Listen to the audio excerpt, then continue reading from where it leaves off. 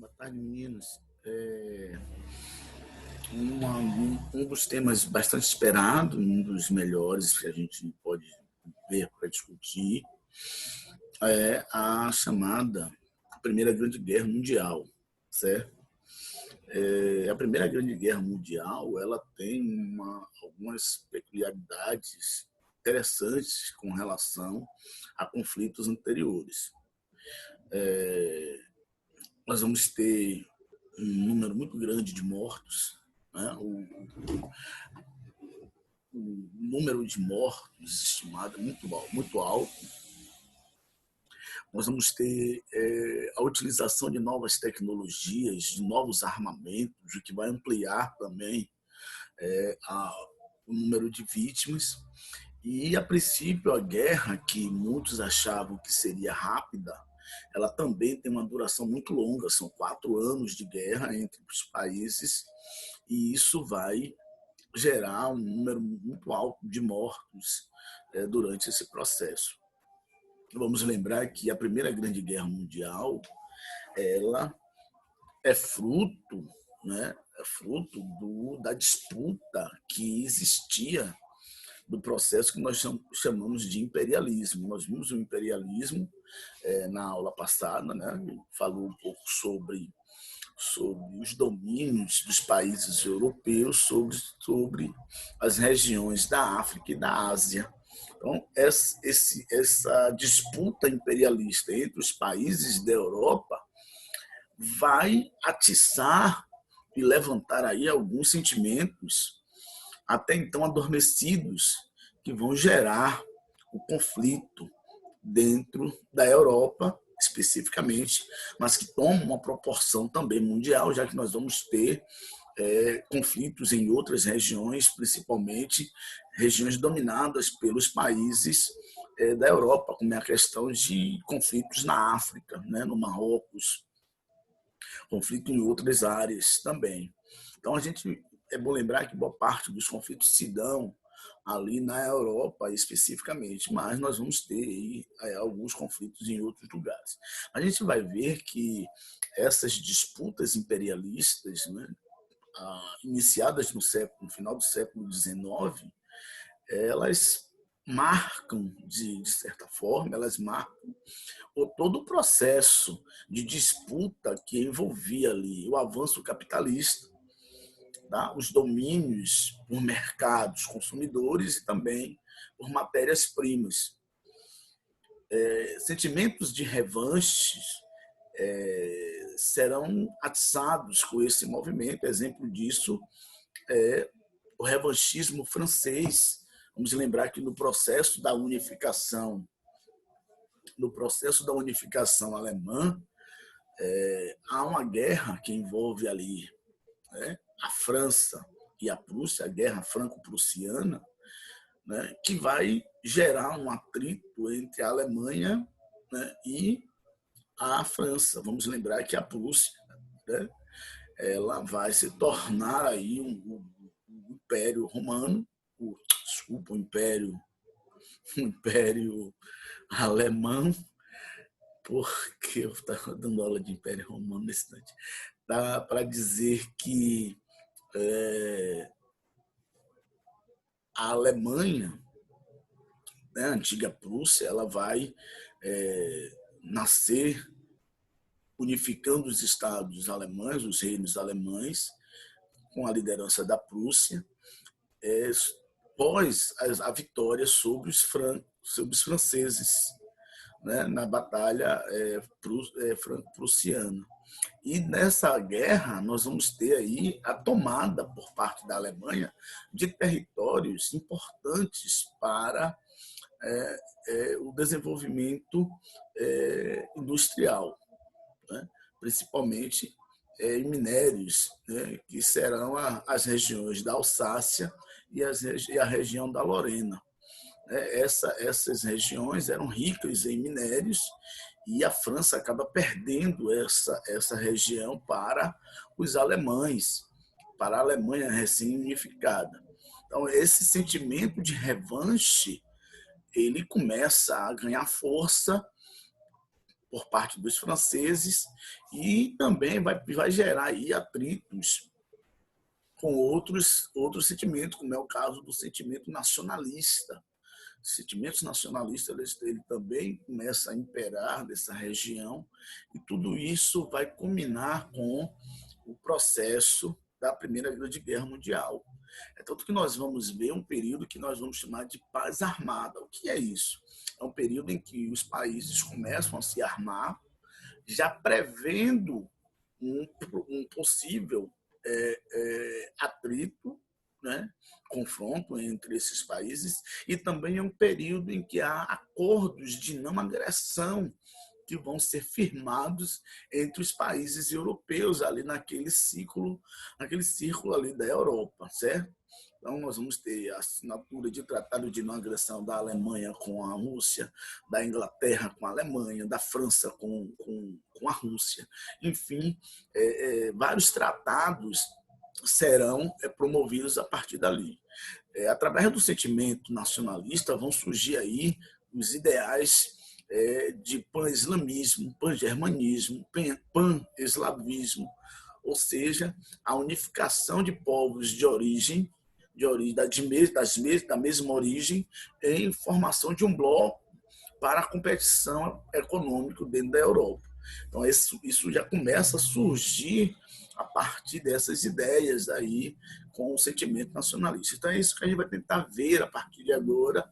Nós vamos ter um vídeo também que fala um pouco sobre a Primeira Grande Guerra Mundial, ok? Vamos lá. O imperialismo, né? Vários problemas atingiam as principais nações europeias no início do século XX. O século anterior havia deixado feridas difíceis de curar. Alguns países estavam extremamente descontentes com a partilha da Ásia e da África ocorrida no final do século XIX. Então, dentre esses países descontentes está a Alemanha e a Itália. Enquanto isso, como a Alemanha, vamos lembrar que o acordo firmado para a divisão da África, né, foi na cidade de Berlim, e a Alemanha acabou ficando com pouco espaço desse território. Os grandes beneficiados foram a Inglaterra, que fez um domínio vertical desde o Egito, no norte, até a África do Sul, no sul do continente africano. E também os franceses, que tiveram ali grande influências dentro, que ficaram com grandes possessões de terra dentro do continente africano. Então, França e Inglaterra podiam explorar diversas colônias ricas em matérias-primas e com um grande mercado consumidor. A insatisfação da Itália e da Alemanha, nesse contexto, pode ser considerada uma das causas da Primeira Grande Guerra Mundial. Então, nós vamos ter aqui, né, a gente vai ver domínio dos países europeus sobre o continente da África e o continente da Ásia. Então, nós vamos ter aqui colônias alemãs, colônias francesas, colônias inglesas, colônias espanholas, colônias inglesas, né? Colônias belgas, colônias inglesas, colônias portuguesas, italianas, japonesas e holandesas. Então, esses países eles vão dividir tanto a Ásia, principalmente a região da China, né, da Coreia aqui, a Índia, quanto a África. Então, a gente pode perceber que o domínio dos ingleses na África, ela começa no Egito e vai até o sul do continente, da África do Sul. E já os franceses têm toda essa região, né, da África Ocidental aqui e outras possessões também em outras regiões. Então, isso tudo gerava ali, de certa forma, um descontentamento, né, principalmente da Alemanha e também da Itália, certo? E também da Itália. Com o advento da Alemanha como potência, o crescimento econômico alemão foi algo fantástico pela rapidez e dimensão tomada. Unificada politicamente no ano de 1870, a Alemanha, em pouquíssimo espaço de tempo, superou a produção de aço francesa e, no início do século XX, já podia abalar a posição hegemônica da Grã-Bretanha. A gente viu que a tomada da região da Alsácia-Lorena, rica em minério, vai promover aí uma grande distribuição de matéria-prima do aço, que vai favorecer o domínio da Alemanha. E os processos de industrialização da Alemanha vai promover uma concorrência direta com a Inglaterra, com a Grã-Bretanha. Então, todo esse processo de unificação e crescimento da Alemanha já incomodava tanto a França, né, que era uma rival da Alemanha devido à Guerra Franco-Prussiana, mas principalmente a Inglaterra, que era a grande potência da época desse período imperialista. Rivalidades imperialistas. A rivalidade anglo-alemã, a origem dessa rivalidade entre Inglaterra e Alemanha foi a competição industrial e comercial. Então, nós vamos ter alguns fatores que vão culminar aí com o processo de rivalidade e que vai gerar o conflito. Então, a rivalidade anglo-alemã, a rivalidade franco-alemã na França, o antigermanismo também era muito forte devido à derrota da França na Guerra Franco-Prussiana e a perda aí das regiões da Alsácia-Lorena, ricas em minérios, que vai ser tomada por parte da Alemanha. Isso ainda vai mexer com o sentimento de revanche dos franceses e vai atiçar ainda mais o processo da Primeira Grande Guerra. E a outra rivalidade era a Áustria e a Rússia. A Rússia desejava dominar o Império Turco-Otomano a fim de obter uma saída para o Mar Mediterrâneo e também controlar a Península Balcânica. A região dos Balcãs será o palco principal da Primeira Grande Guerra Mundial. E a gente vai perceber isso principalmente quando nós vamos ter aí o assassinato do arquiduque Francisco Ferdinando, este herdeiro do Império Austro-Húngaro, e tinha uma rivalidade ali entre a região da Sérvia, o que vai promover, de certa forma, o estopim da Primeira Grande Guerra Mundial. O nacionalismo, tá? Outro motivo aí para as causas da guerra. O espírito nacionalista tomou conta dos países europeus envolvidos na Primeira Guerra. Então, nós vamos perceber cartões postais da época que expressam o sentimento. Aqui, o alemão mostra a Valquíria, figura mítica, segurando uma coroa de louro. Já o francês evoca a participação das mulheres na França. Então, esse sentimento nacionalista ele começava a surgir com grupos que lutavam e incitavam o governo a se rebelar contra outros governos e a entrar em guerra, defendendo ali a sua pátria como um ponto principal. Nós vamos ter o surgimento do pan-eslavismo, liderado pela Rússia, que buscava uma saída livre para o mar Mediterrâneo, pregava então a união de todos os povos eslavos da Europa Oriental, principalmente aqueles que se encontravam dentro do Império Austro-Húngaro. Nós vamos ter também o pangermanismo, liderado pela Alemanha, pregava a completa anexação de todos os povos germânicos da Europa Ocidental. E, por último, nós temos aqui também o revanchismo francês, como eu já tinha dito anteriormente, a França acaba sendo derrotada na Guerra Franco-Prussiana, perde as regiões da Alsácia-Lorena, região rica em minério de ferro e também carvão. A partir dessa guerra, desenvolveu-se na França um movimento de cunho nacionalista, revanchista, que visava a desforra, a derrota sofrida contra a Alemanha e também para recuperar os territórios perdidos. É tanto que, quando termina a Primeira Grande Guerra Mundial, esses territórios eles são devolvidos à França. Tá? Vamos lembrar disso. Então, nós temos aqui blocos rivais que vão se formando,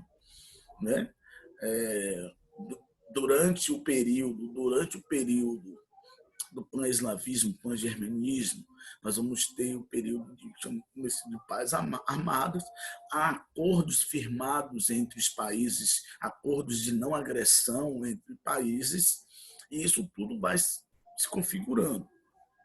Então, nós temos a região da França, né, o Reino Unido e a Rússia, que vão se unir, criando a Tríplice Entente. E nós temos a Alemanha, o Império Austro-Húngaro e a Itália, né, que depois vai sair da guerra, mudar de lado, mas não vai adiantar muito, que vai formar o que nós chamamos de Tríplice Aliança. Certo? Então, nós temos aqui o Império Austro-Húngaro, vamos lembrar aqui a região da Sérvia, né, e da Bósnia, tem aqui uma região chamada Bósnia-Herzegovina, que vai ser o palco do conflito armado, do conflito da Primeira Grande Guerra Mundial, o palco do estopim da Primeira Grande Guerra, quando, então, herdeiro do trono austro-húngaro, o príncipe, o arquiduque Francisco Ferdinando, ele acaba sendo assassinado na cidade de Sarajevo por um grupo armado, um grupo revolucionário conhecido como Mão Negra. Este grupo lutava pela independência da Bósnia-Herzegovina, que era de domínios da Sérvia, que era de domínio do Império Austro-Húngaro. Período da Paz Armada. Enquanto se organizavam em blocos rivais, as principais potências europeias lançaram uma desenfreada corrida armamentista. Adotaram o serviço obrigatório, militar obrigatório, criaram novas armas e passaram a produzir armamento e munição em quantidade cada vez maiores. A situação permaneceu nesse equilíbrio delicado por ano. A esse período nós vamos denominar de paz armada. Então, a gente já pode imaginar que um conflito armado entre essas grandes potências, ela seria aí promovida. Por quê? Porque eles já começam, os países, todos eles já começam a se armar, a investir a sua industrialização, reverter a sua industrialização para a produção de armas, né? Assinar acordos de não agressão. Então, tudo isso já mostrava ali que era provável um conflito que envolveria ali os países da Europa. A questão marroquina, o Marrocos, localizado numa região estratégica no norte da África, era considerado região propícia ao comércio e negócio das potências imperialistas. No ano de 904, porém, França e Inglaterra assinaram um acordo no qual a França dava aval para os ingleses dominar o Egito e, em troca, obtinham o apoio britânico para o controle no Marrocos. Isso causou a reação da Alemanha, que buscava ampliar os seus domínios na região. A crise foi resolvida em 1906 na Conferência de Algeciras, na qual se reconheceram os interesses franceses e garantiram-se também os dos alemães naquele país. A Alemanha não se conformou e, em 1911, surgiram novos conflitos com a França. Para evitar a guerra, a França concedeu à Alemanha uma considerável parte do Congo francês. A questão dos Balcãs. Um dos principais focos de atrito entre as potências europeias era a Península Balcânica, onde se chocava o nacionalismo da Sérvia, como eu tinha dito anteriormente, apoiado pela Rússia, contra o expansionismo da Áustria, aliada da Alemanha.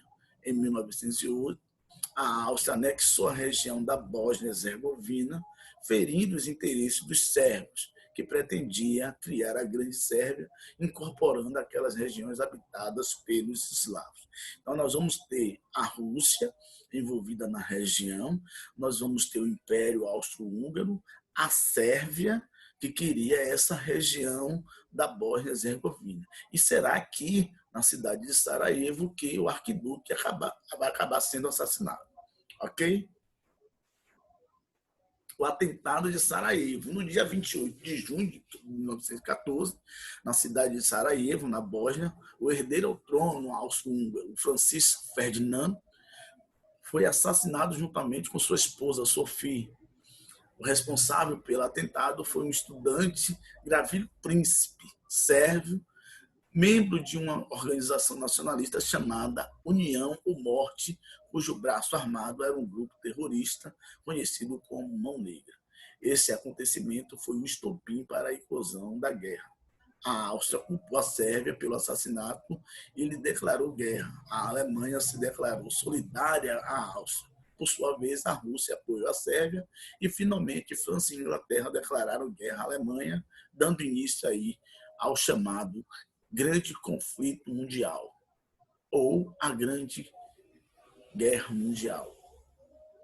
Ok? Vamos lá.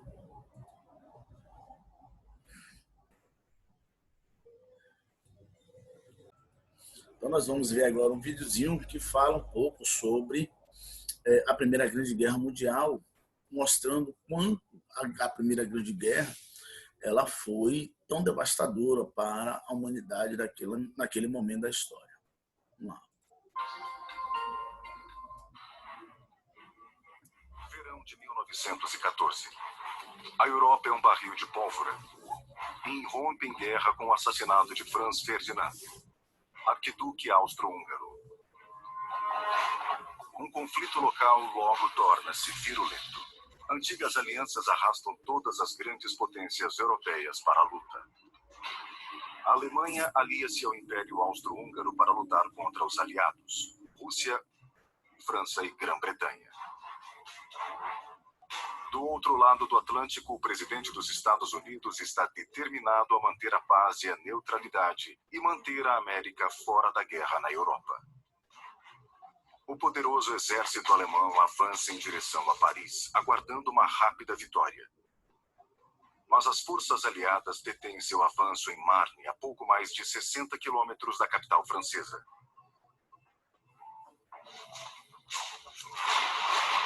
Ambos os lados estão equipados com armas modernas e poderosas, artilharia de disparo rápido, metralhadoras e fuzis carregados com cartuchos. As tropas em campo aberto são alvos fáceis e são prontamente abatidas. Por isso cavam, obtendo abrigo com um elaborado sistema de trincheiras. Fortificadas com arame farpado e artilharia pesada, suas linhas de defesa são quase impenetráveis. Mas os comandantes continuam a enviar onda após onda de tropas em ataque pela terra de ninguém. É o impasse da guerra de trincheiras. Nenhum exército pode avançar. Tropas são massacradas. Ambos os lados estão desesperados para invadir as trincheiras do inimigo. E o único modo que conhecem de conseguir isso é apenas enviando enorme quantidade de homens para o ataque. As perdas são descomunais. 500 mil de homens mortos só nos primeiros 5 meses. E qualquer avanço é minúsculo e quase sempre perdido na batalha seguinte. Ambos os lados acreditavam que a guerra terminaria por volta do Natal. Mas o que de fato aconteceu foi que logo se tornou um atoleiro ao norte da França, em que os dois lados confrontavam um ao outro por cerca de 560 quilômetros de sistemas de trincheiras. As condições das tropas eram miseráveis. Se tivessem sorte, bunkers temporários ofereciam pouco abrigo, mas a maioria ficava completamente desprotegida, molhados, congelados, imundos e expostos a constante fogo de artilharia. Viver nas trincheiras para os soldados era uma experiência horrível. O fronte ocidental é conhecido pelo seu clima frio e úmido. Muita chuva, muita lama. Era difícil de obter comida quente, era difícil de se lavar. Havia vermes, havia ratos.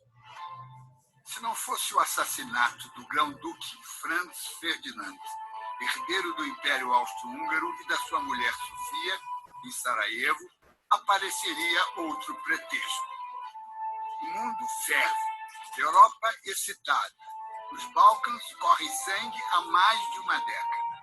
Os impérios sentem-se fortes, precisam de escala, expandir-se, crescer mesmo que à custa dos vizinhos. O sistema de alianças era um sistema bastante perigoso, porque uma crise entre dois países que faziam parte de duas alianças separadas, de repente levavam vários países a se comprometer a proteger ou a defender o país que podia ser agredido. Então, era um barril de pólvora, na verdade. Cenário armado desde 1882, quando os impérios alemão, austro-húngaro e o Reino da Itália pactuam a coligação denominada Tríplice Aliança. Em represália, o Reino Unido, França e Império Russo consolidam em 1907 os acertos bilaterais anteriores. Está criada a Tríplice Entente. Dos dois lados, 65 milhões de homens prontos para matar e para morrer. Apesar de toda essa tensão na Europa, veja bem, também se pode dizer que era uma época de grande progresso, de crença contínua, positiva, como se dizia, nas contribuições da ciência. Era uma época também de relativo bem-estar, de trocas comerciais que tinham promovido, vamos dizer, uma riqueza nos principais centros da humanidade. A Europa ainda não tinha deixado a sua época de ouro, vamos dizer assim, aquilo que se chamava de Belle Époque. E, no entanto, a Belle Époque, enfim, foi encerrada por um conflito extremamente cruel e desgastante. Decorridos quase 30 dias do atentado de 28 de junho, de repente o governo austro-húngaro abandona a negociação diplomática e dá um ultimato. A Sérvia tem 48 horas para permitir que a polícia austríaca participe das investigações sobre o assassinato do seu herdeiro e desmantele todas as organizações terroristas e separatistas. O Kaiser alemão, até então conciliador, no dia 1º de agosto, declara guerra ao seu primo, o czar russo. Dia 3 vai em frente e declara guerra à França. No dia 4, suas tropas invadem a Bélgica aliada. As primeiras reações contrárias à guerra foram minoritárias, se a gente comparar com o grande entusiasmo que acabou infestando, acho que a palavra infestar é muito apropriada, acabou infestando parte da juventude alemã, francesa e inglesa. O desenvolvimento da química já poderia ter produzido gases venenosos, muito antes da guerra. No entanto, só em 1915 os alemães passaram a usá-los. Os aviões eram usados para observação antes de 1914 e eram usados até para observação militar. Mas, por volta de 1915, eles já estavam também armados com metralhadoras e combatiam um ao outro e jogavam bombas e tudo. Os submarinos foram introduzidos também durante a guerra. A Europa nunca tinha visto uma mortandade, uma matança dessa natureza. Quando a guerra acaba, mesmo durante a guerra, começa a haver a percepção do absurdo. E declara que os Estados deixaram de ser unidades de proteção dos seus cidadãos, passaram a ser unidades de promoção da injustiça. O legado da Primeira Guerra é um legado monstruoso. Quer dizer, nós vivemos ainda os efeitos da Primeira Guerra Mundial. A Primeira Guerra Mundial em termos assim, de política internacional, o evento mais importante do século XX. Ela gera os efeitos de configuração do mundo contemporâneo que até hoje estão presentes. A Segunda Guerra Mundial é um resultado do mundo desenhado pela Primeira Guerra Mundial.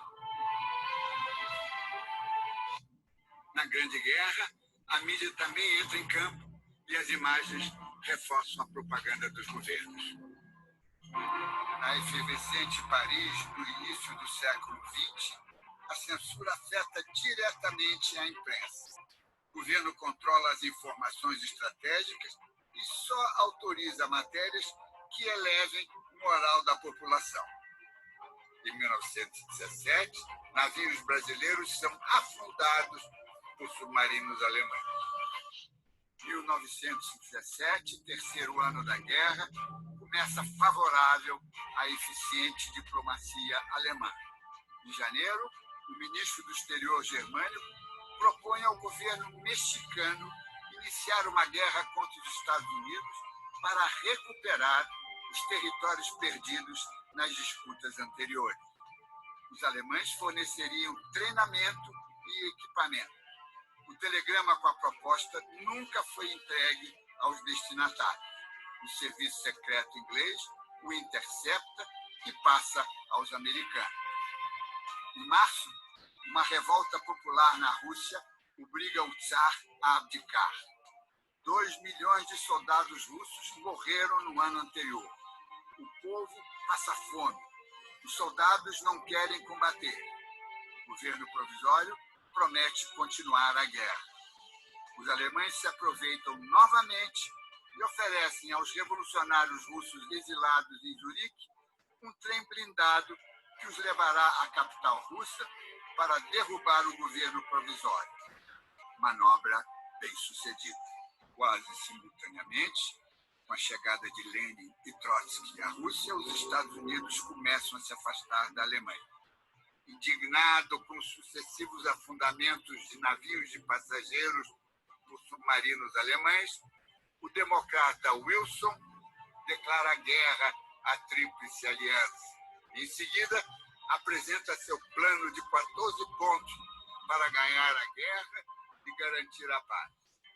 Ganhou a guerra, deixou a paz escapulir. A economia dos países em guerra se transformou profundamente durante o conflito. Entre 20% e 40% da população masculina adulta foram recrutados para servir nas Forças Armadas. Mulheres e crianças compensaram a falta de mão de obra nas fábricas e no campo. As fábricas se dedicavam quase que exclusivamente à produção de armas e equipamentos militares, e as estradas e as ferrovias serviam prioritariamente aos exércitos. 1918. O exército alemão assina a rendição na cidade francesa de Compiègne. Em janeiro de 1919, é realizado um encontro internacional para discutir as condições de paz. As condições impostas para a Alemanha no pós-guerra são duras. A Alemanha fica desarmada e parte do seu território é militarmente ocupada. Além disso, a Alemanha tem de pagar uma pesada indenização pelos custos da guerra e perde todas as suas colônias. A paz acaba modificando o mapa do mundo. A Áustria é dividida. A Hungria se torna um país independente. A Polônia volta a ser independente. A Turquia perde parte do seu território para a França e a Inglaterra. E a Rússia também perde o seu domínio sobre vários países. Em 1919, é criada a Sociedade das Nações, um organismo encarregado de resolver as disputas internacionais e manter a paz mundial. O armistício não trouxe a paz. Os pesados castigos impostos aos vencidos, mesmo que culpados, produziriam fatalmente outra convulsão. Não basta redesenhar os mapas, é preciso criar os instrumentos para torná-los definitivos. Os 14 pontos que levaram os Estados Unidos à guerra foram atenuados no fim por Woodrow Wilson. O presidente idealista falava como Jesus Cristo, mas agia como um político comum. A Alemanha garantiu o êxito da Revolução Russa, mas foi lá que um pintor medíocre, cabo ferido na guerra, foi treinado como agente provocador para enfrentar o comunismo. Seu nome? Adolf Hitler.